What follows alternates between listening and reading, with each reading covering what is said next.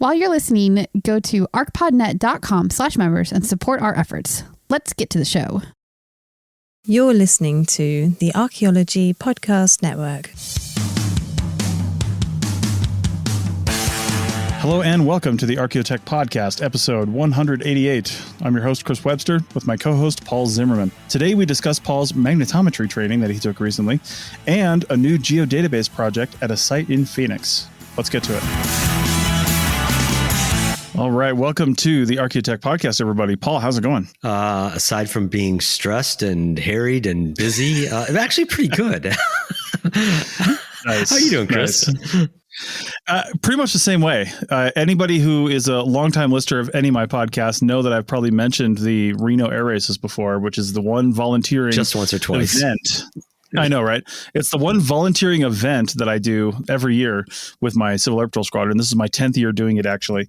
And again, this isn't really a technology thing, but this article played all over the West Coast, but there was actually a fatality in the second to last race at the air races this year. It's kind of interesting to talk about just briefly. It was a guy who was 61 years old. It was during the jet race. So he had the speed record for the event of 512 miles per hour on the course. Good God. And yeah, and luckily this happened at the far back side of the course where there's no spectators. There was pylon judges and stuff, but none of them were hurt.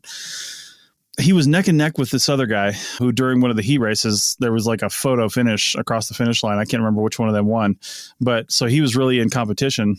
And it's a 6-lap race. And if you cut a pylon, you get a 2-second penalty times the number of laps. So you get a 12-second penalty if you cut the inside of a pylon, which would have effectively ended his race, right? Mm-hmm. And he got Rookie of the Year last year. He's a big-time business owner, big kind of ego on him. And he's just like, I can't lose this race. I need to win this race, just to, whatever. So he made a huge rookie mistake of he pulled up before the pylon and then turned right and cut across the other guy's path right behind him in order to not cut the pylon. And then he made a sharp, aggressive maneuver back to the left, doing 500 miles per hour and instantly lost consciousness. That's what they think anyway. It's called G-lock, gravity-induced loss of consciousness. That's what that means. Right. So, and when he went into G-lock, you could see the plane in a hard left turn, a knife edge left turn. And then it kind of settles down. It didn't settle down into a straight and level. It just was no longer turning hard to the left, but it was still knife edge, with the wing down. And it just slowly, well, I wouldn't say slowly, at 500 miles per hour, it approached the ground under control and then turned into a fireball. So, oh boy, it was, it was pretty crazy just looking at that and the circumstances around that. And that's why when you're doing, dangerous things, that's why we have safety training. That's why we do emergency training and stuff like that. And he just didn't have the experience really to know, hey, this aggressive maneuver is going to get me back on track, but I could pass out while doing it, and it was just one of those things, and it might have been if he'd have pulled just a little bit less, he wouldn't have passed out, but maybe just like grayed out a little bit and then realized, but realistically, he should have pulled up and out and just taken the loss. Right. And then, been alive to race again. So that was a tragic but exciting end to the Reno Air Races, unfortunately. And now we're up at Lake Tahoe for the week and headed to the East Coast in our RV. And we bought a new RV. So there's all that we're dealing with. We instead of upgrading every single system on our RV like I dream of every single day, we bought one that's already upgraded in every system. So now I don't have to upgrade for at least another 2 months. I won't be thinking about as soon as you settle into the new one and find everything that kind of rubs you a little the wrong way or could be done better. Yeah. Right. It's going to be tough with this one though. It's got so many cool things on it. All the things that I've wanted, and it's just, you're right though. There's going to be something eventually, but right now that's tough to see. So speaking of upgrades, you upgraded your skill level a little bit the last couple of weeks. Tell us what you did. Yeah. So last week I flew out to Minnesota to spend a couple days with Jeffrey Jones of Archaeophysics to learn a bit about magnetometry. I haven't done magnetometry before, but I'm going to be in charge of doing a magnetometry survey at Lagash this fall. I mean, I'm heading out in a week. But I'm going to Ur first and then to Lagash. And once I get out to Lagash in about a month's time, we're going to be, amongst other things, doing the magnetometry survey. And so Archaeophysics had the same type of system, slightly older than what we're getting, but basically the same, from Census. It's a cart-based system, and we wanted to get me up to speed to make sure that there weren't certain problems with, how I was going to plan doing the survey. It's not rocket science. Well, actually, the science of it probably is rocket science, but doing the survey itself isn't necessarily. But how to lay out a grid, how to run the transects, what to do if there's an obstacle, all that we did. And that was basically reaffirming things that I've done before. The particulars were the particulars of the software that we were using, how to stop a transect and break a field up into small chunks so you could do smaller, rectangles within it to stitch them back together to make up the entire thing, because you've got an obstacle of some sort. And then the other stuff that was actually really fun, and this was absolutely invaluable, was that after we would do some recording, and we went to we were in Minneapolis. We went to a cemetery in Minneapolis and did a 50 by 50 in a small corner of the cemetery. Afterwards, we'd go and sit down and download the data and look at it. And because Jeffrey is so experienced and has been doing this for so long, we had lots of interesting discussions about what he would see, what the highs and lows meant, the various intensities, how to get better contrast, and so that you could see what you want to see, a lot about the interpretation of what the results were. He's worked all over the world, so he had some understanding of the kinds of architecture, which is what we're going to be looking for primarily at Lagash, what that architecture would look like, how burn surfaces and collapses and kilns and all these sorts of things would show up differently in that magnetometry data. So for me, that was where the real value wasn't necessarily in learning how to use the equipment, because I think that I could have figured that out with what I've done in the past, but it was the interpretation, and then not just the interpretation, but the science behind the interpretation, because you're basically looking at, if you start to think of everything as a magnet, you're looking at the North and South poles and the fields around them. And that was, for me, a novel way of going about it. It makes total sense. Yeah. But I didn't think about that beforehand. And now I have a little bit of an understanding.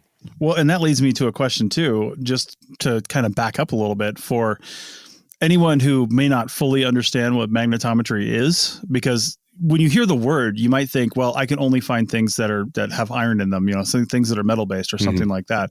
But can you give just a really quick primer based on your current knowledge of what kinds of things you can find with magnetometry and kind of how it's used? Yeah, so I think that it's fair to say that you're basically looking for contrasts, right? And so if you have something iron buried in the ground, it's going to be much higher contrast because it's much more magnetically active. Active isn't necessarily the right term, but it's going to show up a lot more than the surrounding soil matrix. Sure. But that's not the only kinds of things. Like you said, it doesn't just have to be iron. It can be other things. Certain other metals aren't necessarily going to show up, but he had a lot of discussion about lightning strikes. And that he finds those quite frequently. And that's something I never would have thought of, but they do. When the lightning strikes the soil, it gets somewhat magnetized. It's not, a really strong magnetic, but it's enough that the magnetometry will pick it up. Another thing that we discussed was burning, right? Because we have a lot of kilns at Lagash. And so when that clay that's lining the kiln gets heated up and then cools, some of the crystals align with the Earth's magnetic field, essentially then giving it a magnetic north and south in the, like a magnet, like a bar magnet in what you're looking at. And then the highs and the lows show up as blacks and whites respectively in the magnetometry data in the color ramp that he likes to use. And you can use that for understanding that it's different, but also you can use it for understanding what kinds of events may have happened that would cause that. And so the strength of the high versus the strength of the low might tell you something, that if it's something that was burned in situ, like a kiln, or if it's maybe a bunch of something that was burned and tossed into an abandoned room, it's going to show up differently. Both of them are going to show up in magnetometry, but they're going to show up with a different kind of signature. And that I'm just a neophyte at this, but having these discussions with him about the work that we had just done was absolutely invaluable for me. And so, nice. I look forward to analyzing what we do in Lagash. I look forward to working with him again in the future, analyzing what I did. And hopefully that the data collection that I'm going to be doing is going to be sufficiently detailed and spatially controlled well that he can analyze and discuss with us what he's seeing. And we can use that to help interpret what's going on in the site beneath the surface. Yeah, that's really cool. And one of the things you made me think of with the lightning strikes, because I've seen these before in Georgia, actually. When we were doing, when I was in grad school there at University of Georgia, I did a shallow geophysics course where we did basically all the popular shallow geophysics methods, including magnetometry, resistivity, GPR, all that stuff. And there's a cemetery on campus that we actually used as, at the time, it was being used as a testing area for the class. So there was a kind of a big older cemetery, and each semester of the shallow geophysics class, which I think only played every 2 or 3 semesters, would do just a little bit more mapping in the cemetery because we take like the whole semester to just do a little portion of it. Cause we'd take one grid square, basically. I can't remember how big it was, but we take one area and we do GPR over one weekend, and then we do magnetometry, and then we do resistivity. And during the week we would go back and talk about the results and stuff like that. But with the lightning thing, we did find some of those, and those kind of fossilized tubes of fused soil that lightning can create are called fulgurites. Yeah. And I always love those. Those are really cool. I don't know. They look like, if you've ever seen somebody excavate a termite mound under the ground, it kind of looks like that a little bit, but that's super cool. And also, just a note too, one of the things I thought was really neat when we're looking at this older cemetery that had, these were burials that were, anywhere from 100 to 150 plus years old in this cemetery. So it was a pretty old cemetery.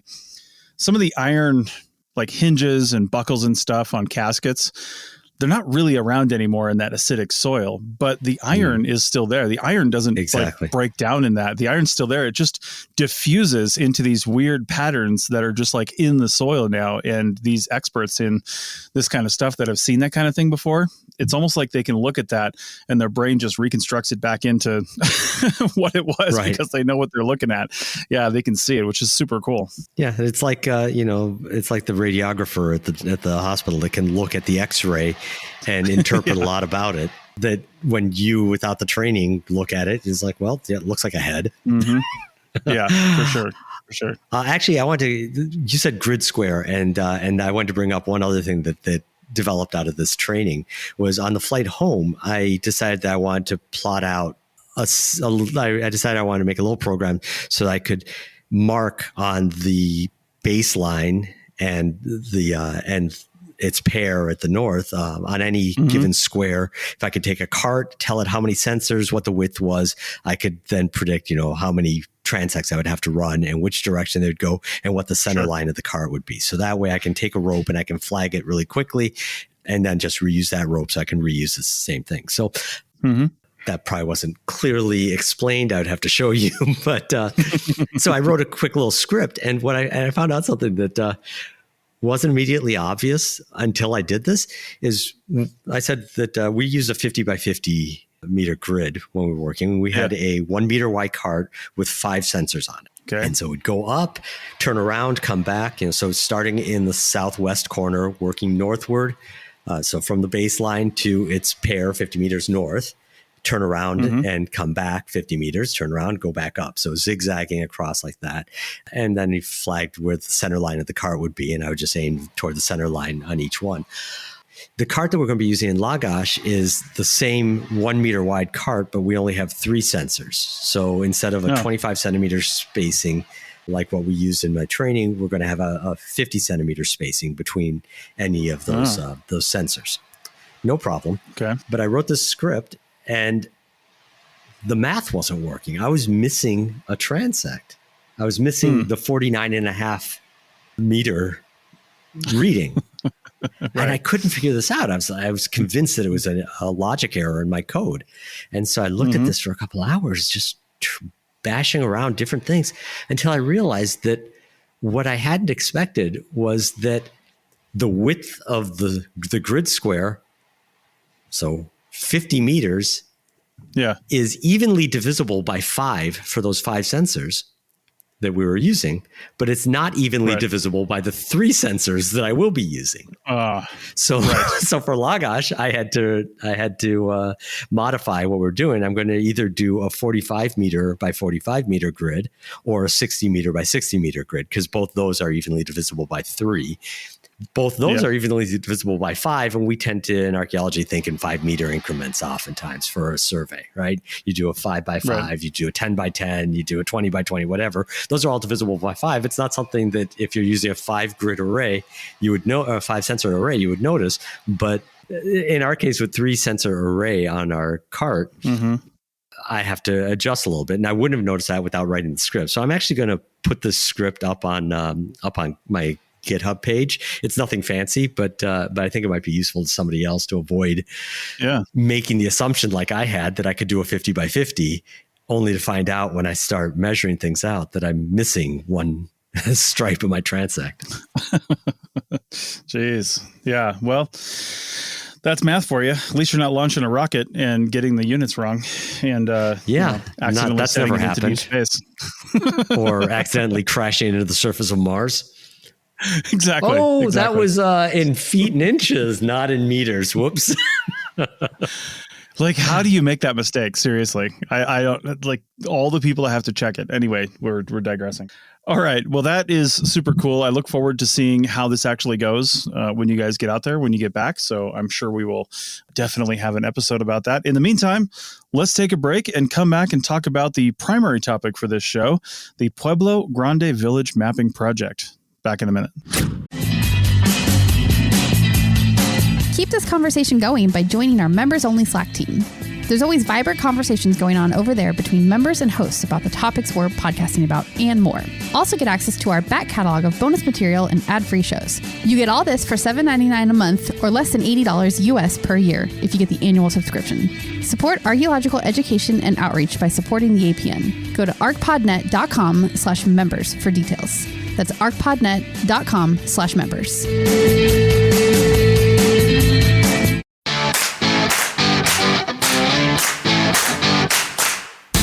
Are you listening to this podcast and thinking you'd like to start your own podcast and don't know where to start? Well, Chris Webster, that's me. I'm founder of the APN, and I started podcasting back in 2011. You can learn from my years of experience, and you can do it at your own pace. Head over to propodcastnow.com and click the Learn to Podcast image. My 6 to 8 hour self-guided course will take you from show inception to your first episode, and you'll learn the tools you need to keep it all going and prevent pod fading. That's a real term. You can have access to the materials for as long as you want, and if you stay in for 3 months at least, you'll have lifetime access to the graduates Slack team so you can talk to other people that have taken the course and are managing their own podcasts. Again, head over to propodcastnow.com and click Learn to Podcast.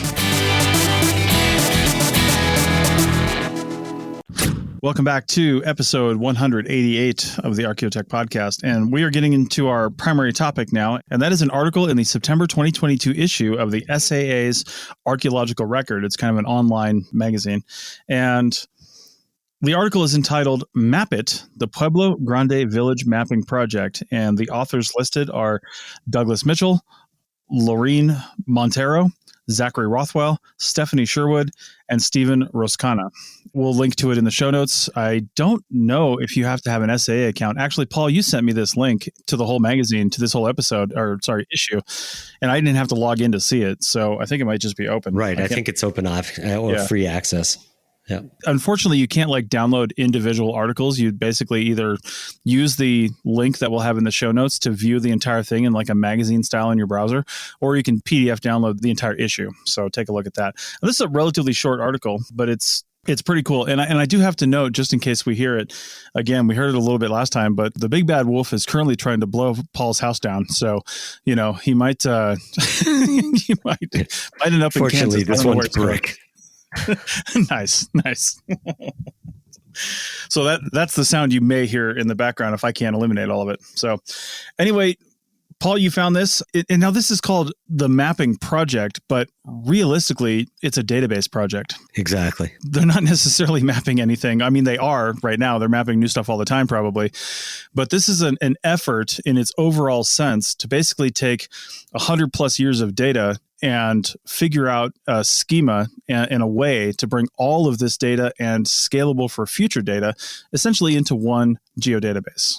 Yeah, and that you're pointing out that it's mapping, but it's a database. If you look at the authors and who they're associated with, most of them are GIS specialists. And so I think that may have been what caught my eye. I mean, certainly having map it, exclamation, as the title, caught my eye initially. But it tickles those things that always interest me. It's mapping, it's databases, it's GIS. It's the stuff that always interests me professionally as an archaeologist, but I also think that, we all have contact with in one way or another. So I think that there's something here. I'd hoped when I looked at it, I think it does have a little something for everybody in terms of ideas, if not necessarily in terms of concrete approaches to things. Right. And to give just a little bit of background for those of you that are not currently looking at the article and you're, surveying a transect or driving a car or something like that, this site, the Pueblo Grande Village, essentially is a Hohokam site located essentially right in the middle of Phoenix. It's in the Phoenix metropolitan area. And I'm a little sad that when I was in Phoenix earlier this year, I didn't actually know about this and go see it. I think we're going to be passing through Phoenix again shortly, maybe in a couple of weeks or near there somewhere. So hopefully if we go through there, I might go see it because it sounds pretty cool. But this is a settlement. Again, it's Hohokam now, so to speak, but it's a settlement that began around 8600, and it's the ancestral place. It's an ancestral place to the, I'm going to get this wrong, the Oudam people. And it includes a platform mound, a ball court, possibly 2 ball courts, a tower-like structure, and thousands of prehistoric features. So that's essentially what it is. And I thought what was cool is one of the first images in this article is a watercolor map put together by Adolf Bandelier in 1883 of the primary platform mound. And I'm like, why don't we do maps in watercolor anymore? That just sounds cool. I mean, it's beautiful. And you see that in a lot of the older archaeological reports. These very visually stunning, attractive, if not necessarily always the most accurate. And I don't know if this one is particularly accurate or not, but sure. Yeah, there is something kind of visceral you get when you look at some of these older maps and artist renditions of sites. Well, and back when, I say back when, we used to do sketch maps all the time. I don't really do sketch maps anymore, like compass and paste sketch maps. It's all GIS, but, back just 70 years ago when that would be done at every single site. I had a friend who was my first dig partner. He was in my wedding. He's been my friend for a really long time. And one of the first people I met on my very first archaeology project. And he told me a while back that kind of a signature of all archaeologists is how you do your north arrow if the company doesn't have a standard. And I've always thought about that. And I just noticed, I didn't notice this on the first read, but his north arrow, Bandelier's north arrow, is like an arrow that goes all the way through the site. Like the tail feathers are on the left side of the image, and then the north arrow is like it's an arrow piercing the site. And that is clever. Yeah, it's like a pin that goes right underneath it. And it's got a little shadow too, if you notice. It does. Yeah, it's very artistic. This whole thing is really cool. So I wonder if it was originally black and white. I mean, you can do a watercolor in grayscale, of course, but in the article here, it's essentially a grayscale image. I wonder if it was originally grayscale or if he had some color to it. Yeah, no idea. Yeah. I've been on projects where we have, an illustrator that's their job is to do technical illustrations of the site or of pottery or whatever. But invariably, they're all artists. And some of their artist renderings that they do, sketches and watercolors and whatnot of things they see at or around the site are really interesting. I think that's a kind of enrichment that could go back into reports, not necessarily as, primary documentation, but for visual interest. I mean, that little bit that you just pointed out about that arrow, that it's cute. It's funny. It's a little quirky, but it works. And it doesn't dilute from the rest of the drawing. So bringing in a little kind of more whimsical or touchy-feely human sorts of things into our otherwise dry reports, I think is a good thing. Yeah, and that's why I like that they put that in here too, just to illustrate one of the things that they were trying to catalog with this geodatabase. But then another figure 4 in here is an artist rendition, which I can't imagine this is in the geodatabase. I mean, how would they put it in? But they just put it in here. as an artist rendition of the platform mound. And it's an artist rendition of the platform mound in full usage, probably 1,000 years ago or less. But it's really cool to see that too in an article like this. So yeah, it's the kind of rendition that you'd see in a National Geographic about an ancient site. For sure. You know, people working, cooking, cleaning, sleeping, whatever, all over the place. And a nice oblique view of the site and gorgeous landscape in the background. It's meant to be evocative. Yeah, even like wall repair and or construction. It's really cool. All the different activities going on here. So again, setting the stage a little bit, as we mentioned, the Pueblo Grande Village Mapping Project. I don't know why they didn't go bigger and go for the Pueblo Venti Village Mapping Project. Sorry, that was a terrible joke. That was just a Starbucks. Oh my God. I'm out. But anyway, as I said, it's a geodatabase project continuing the efforts of Bandelier from over 100 years ago. And again, they wanted to create this, and this is kind of the cool part of this. They wanted to create this as a way to not only catalog everything that's been done to date, but all the ongoing research and then any future research. And that's where the real struggle comes in, is trying to figure out a schema, they call it a data schema, that not only aligns with the museum's goals, because this is a museum now in Phoenix, but I think it was made a museum, I didn't take this note, but somewhere around like 1929 or something. So for a long time, it's been a museum that people could go and look at. But they wanted to be able to align with the museum's goals of what they want to do in the future. So give them a database that they could query and use and create maps from and do different things from in certain circumstances. But also future data that's collected would easily be able to fit into this geodatabase. So I'm sure, Paul, with your Lagash project and other things you're doing, this is really speaking your language. Yeah. I mean, dealing with multiple databases is really, or data sets rather, not even databases. I mean, this goes back so long, the projects here, that it's not just a matter of, converting one person's database to another, which itself is a huge project or can be a huge project, but it's bringing things in that were never really thought of as structured data and how they're going about that. So they're looking at it from a database centric approach, which is how I probably would do it too. And they show us a couple of their tables and a little bit of their naming schema. And then they're adapting existing spatial data into this spatial database, with the intent of, like you said, using it for research and for cataloging internally within the museum. But then they also mentioned that they want it so that it can integrate outward to the city of Phoenix's GIS if they need to, which is a really complex task. Any step of this is a really complex task. And so I don't know how successful they're being with it. I do know, though, from having worked with different databases, that can be an extremely challenging thing. And it's makes me happy that they're actually trying, right? Because sometimes you look at disparate data sets and you just go, this is just too much work. I mean, I'm working on a little project here in New York where I'm helping somebody I work for, a CRM company. He's trying to make the data that he collected on a small excavation project look like the data that are from another project from, I believe, about 30 years ago. And even though he controls his own data set end to end, trying to make it look like this other data set, because that's what the Historical Society is expecting as the deliverable, that's a lot of work. And what they're trying to do on this project is orders of magnitude more difficult than that. So, kudos to them for trying, and I wish them all the best. But wow, when I hear the description in the article of the kinds of challenges that they're having with it, it doesn't surprise me that they are bringing in database and GIS specialists to try to get a handle on this. Yeah, for sure. For sure. All right, let's take a break real quick and we'll come back and wrap up this discussion on this mapping/geodatabase article. Back in a minute. What do you use for appointment and task scheduling? I used to constantly move things around in my calendar that were just tasks I needed to do in favor of meetings. Now I let an intelligent AI do that with Motion. In Motion, all I have to do is create tasks with a soft or hard deadline, state how long I think it will take, and whether it can be broken up, and Motion does the rest. It puts the task where it's a best fit for me getting it done by the deadline. The scheduler then puts appointments with people wherever they schedule and moves the tasks around them. Support the APN with a little kickback if you sign up, and try Motion for free at www.archpodnet.com/motion. That's archpodnet.com/motion.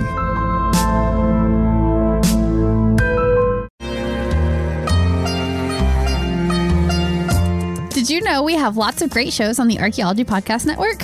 Head over to ArchPodNet.com and you can see all the shows that are currently producing podcasts. Scroll down a bit more and you'll see some great shows from the past that still have great content. Search for your favorite shows on your podcasting app or listen right on the page at ArchPodNet.com. Welcome back to the Archaeotech Podcast, episode 188. And we are talking about an article from the September 2022 issue of the SA Archaeological Record called Map It, the Pueblo Grande Village Mapping Project. So check that article out in the show notes, or rather the entire issue, because that's how it sits. So we talked a little bit about the setting behind this, and now we're kind of getting into the database a little bit. And I wanted to mention something they mentioned in the article about the growth and expansion potential of this database, because if you're creating a database just to, I guess, catalog everything that's been done, you're kind of thinking a little short-sighted in that, hey, there's probably going to be future research done, especially on a place like this. Now, it could be if you're creating a database for a single project, you don't necessarily have to think about growth, but you probably always should, right? Just in case somebody comes back to that and wants to add to it or something like that. But the 5 components that they mentioned that they were really trying to fit in this geodatabase, and the growth and expansion as these projects are somewhat ongoing. Some of them are projects within the park. So there's lots of stuff always going on within the Pueblo Grande Park. The SR 143 project, which is a highway construction project there. The Sun America project, which I don't know what that is, but they just mention it and they don't really say what it is. And then projects conducted in the late 1990s and early 2000s, and then projects conducted since 2007. So I'm guessing there were some data standard users of the park during those first couple decades. Well, first couple decades mentioned, the 90s and 2000s. And then after 2007, there was probably some other methodology that was used or standard, and they're trying to fit all this into the same database. Yeah. Yeah. And actually, back to reference to what I was just talking about with that project that I'm helping on, we have access to the database, the access database, in fact, that the previous data set that was handed over to the Historical Society was generated. And I can see by the way it's put together that initially it was done very concisely, very smart. The layout of the tables, relations between them makes a lot of sense to me. But I can also see that it, over the course of 10 or 15 years, however long it was being used, it accreted all sorts of different tables for specific needs. So I'm guessing that 2007, there must have been a reset where they developed a new database, maybe taking what was happening in the 1990s and 2000s and refactoring it to something new. Now they're doing that again. And that's another problem that we don't often talk about with databases, is that you have a long life project. At a certain point, enough people have made their own little tweaks to it and done their own little adjustments to it that it's gone from being a nice crystalline thing of beauty to having all sorts of funny warts and edge cases and tables that served one purpose for one report at some point, and nobody can quite remember why, and everybody's afraid to delete it, and that sort of stuff. So they're obviously dealing with that. Yeah. They're also, and hinted at here, it's not just where the data come from, because there are scientific archaeological projects, there are construction projects, there are other early pre-scientific, maybe archaeological projects that all have to be brought in here, but they also have multiple constituencies, right? They've got the city of Phoenix. They've got visitors to the museum and the park. They've got archaeologists. I'm sure they have some concern for descendant communities that may be interested in certain things that are, and this isn't mentioned explicitly, but certain things that are or are not retained. All of this is just, for me, highlights how complex of a task this can be. And again, good for them for taking it on. Yeah, for sure. And that's, as you mentioned, just the scale of what they had to bring in here. But what gets me is how they are trying to future-proof it, but I can't even imagine trying to future-proof something. I mean, from one standpoint, you can, because they have a table in here showing their different feature data sets and feature classes that they're using, and then kind of a sample of some feature subtypes that they have. And, to be honest, we're probably not going to discover anything new at this site as far as a feature class goes, right? I mean, that's probably very unlikely at this point. They've been digging here forever. They've been looking at stuff forever. You're just going to find more of what you found already, and you need a place to catalog that. So from that standpoint, future-proofing it for that should be relatively easy. But what gets me from a technological and just computer standpoint is future-proofing it for stuff we don't even know exists, like new techniques or something, like how are they cataloging, drone aerial imagery, for example, and stuff like that, specifically from drones, or maybe some other devices. Like we've talked about other, mapping systems and devices that might bring in different tools. We just talked about magnetometry. That's not new, but something else might come down the line that's a little more, technological that, again, we don't even know about yet. How do you even plan for something like that unless they've just got like holes almost that these things can just slot into in their naming convention? So it's interesting trying to think about those future scenarios when you don't know what the future is going to hold. Yeah, and also I'm kind of curious. You mentioned magnetometry and drones, and the drone work that I do is all orthomosaics, which means I've taken hundreds of photographs and processing them into one georectified image. Which step along that process do you want to save? Right? Do you want each one of those hundreds of photographs? That they're useless. Each one in and of itself is absolutely useless. Well, not absolutely, but has very little utility. But once they're all stitched together, that's potentially very useful. But as you said, then the database may or may not be willing to accept a big raster image like that. And that could be a matter of, you have not thought about how to properly categorize and store it, or it might be a matter that orthomosaic is a huge file and you can't store it within the database. You have to store it out on file and you have to reference it and so on. So there are all sorts of weird cases that further complicate this sort of project. Well, and I feel like one thing you just said there is a thing that archaeologists kind of need to stop saying, right? Because we get so focused on the products that we have of the work that we do. Like the orthomosaic that you put together is a product of these thousands of images, but the thousands of images are just a component, and who knows what products of those images could be put together later. You know what I mean? Who knows what somebody could come up with, a computer program or something to put those images together potentially in a different way, where if all you had was the orthomosaic stored in the database, you might not be able to deconstruct that in order to get the component parts again in the resolution that you had them, in order to do something else with them. You know what I mean? Right. So, well, back to the example of the magnetometry. Yeah. The magnetometry you typically represented with the squares that are already processed, but reprocessing, cleanup of various kinds, reprocessing the original data set can yield different results. So oftentimes you'll be presented with magnetometry data that's already, it's been stitched together, it's been cleaned up, you're given a certain histogram. Well, it turns out that if they'd been looking at a different range of values, different features would have shown up. And you don't have the ability to do that in the future unless you have access to that source data. So yeah, you don't want to get rid of the source data, but does the source data belong in a database like this? If it doesn't belong in a database like this, how do you not lose track of it? How do you have a reference in a database like this back to the place that you can find the original source data, the original thousands of drone photos, the original transects that you ran with the magnetometer, and so on and so forth. So, wow, just as I think about it, it just becomes more and more complicated. But it's invigorating to me. It's a fun challenge.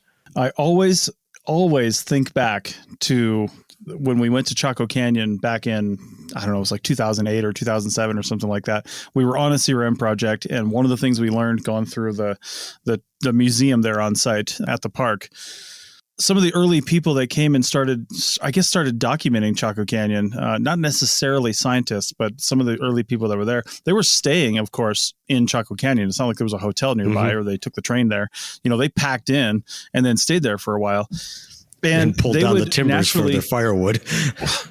Not only would they do that, but they would put their fires in basically the same place that prehistoric Native Americans put their fires as well, therefore essentially ruining any carbon-14 potential from like the soot and some of the other wood there, because the contamination was just rampant.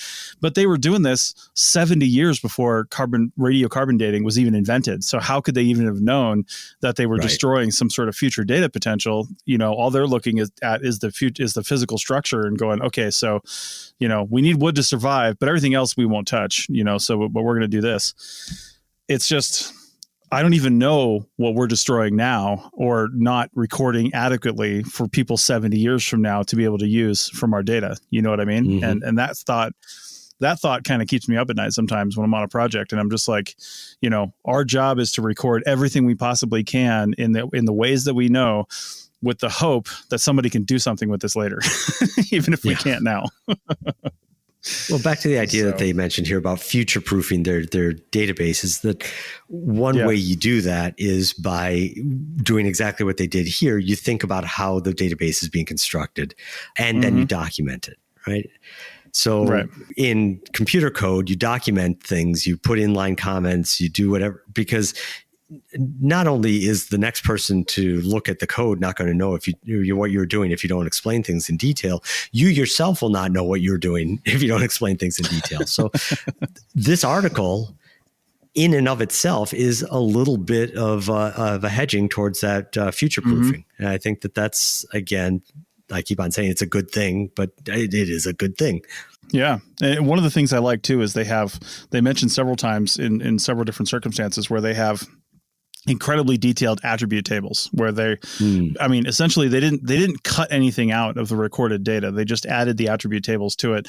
And what they're making the same is really the primary naming conventions. So you can find stuff and categorize stuff. But then once you start digging in, certain projects may have recorded different attributes than other projects over the last 100 years. So, but the attribute tables are designed to accommodate those, even to the point of, in CRM projects, when we submit stuff to an agency or whatever, there's often feature numbers and or feature letters or designations that sit with the company that maybe those are updated and changed later. But sometimes, depending on how rushed the project manager is, sometimes the numbers, like site numbers and stuff, will get changed in the report and they won't get changed on the site records, like the reference site numbers. Like the site number on the actual site record will have the agency number, but maybe another site that it references within that will have the temporary site number or something like that because it was just missed. Well, they're cataloging all that as well. They're cataloging the agency numbers provided by CRM firms, anything they can find. They're cataloging that, so the data is essentially not lost when somebody goes to look at it, trying to match it up with some sort of source material, which I can appreciate that. Yep. So, all right. Well, anything else to say on this article? Not right now, though. Again, it's one of those articles that I like because it just sparks a whole bunch of other ideas. I can't use it directly with anything I do, but I like to see that other people are thinking about things in something similar to the way I approach things, but also with their own special takes. And those takes might be because they know something that I don't know, or might be because they have different intended outcomes. But I think that's just good to explore, like we're doing here, some things that otherwise we wouldn't normally be doing ourselves, in hopes of learning how they can apply to what we do. Right. And I said do. I didn't know if you're going to call that out or not. Wow. Okay. So proving once again that archaeologists never grow up, myself included. Yes.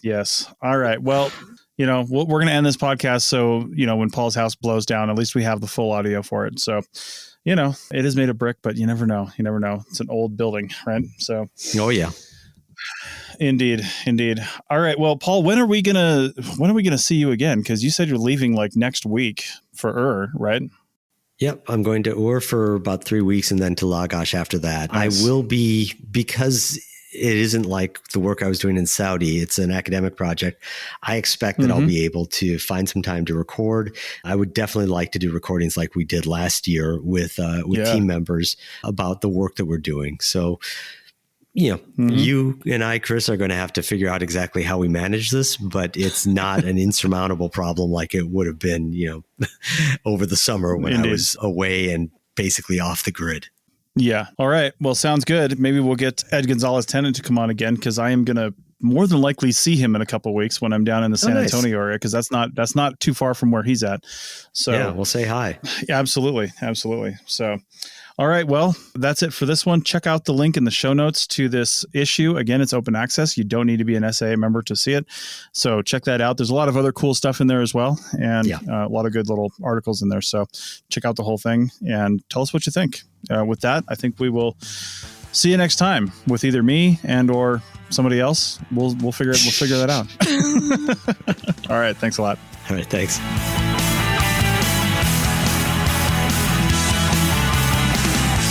Thanks for listening to the Archaeotech Podcast. Links to items mentioned on the show are in the show notes at www.archpodnet.com/archaeotech. Contact us at chris@archaeologypodcastnetwork.com and paul@lugal.com. Support the show by becoming a member at archpodnet.com/members. The music is a song called Off-Road and is license free from Apple. Thanks for listening.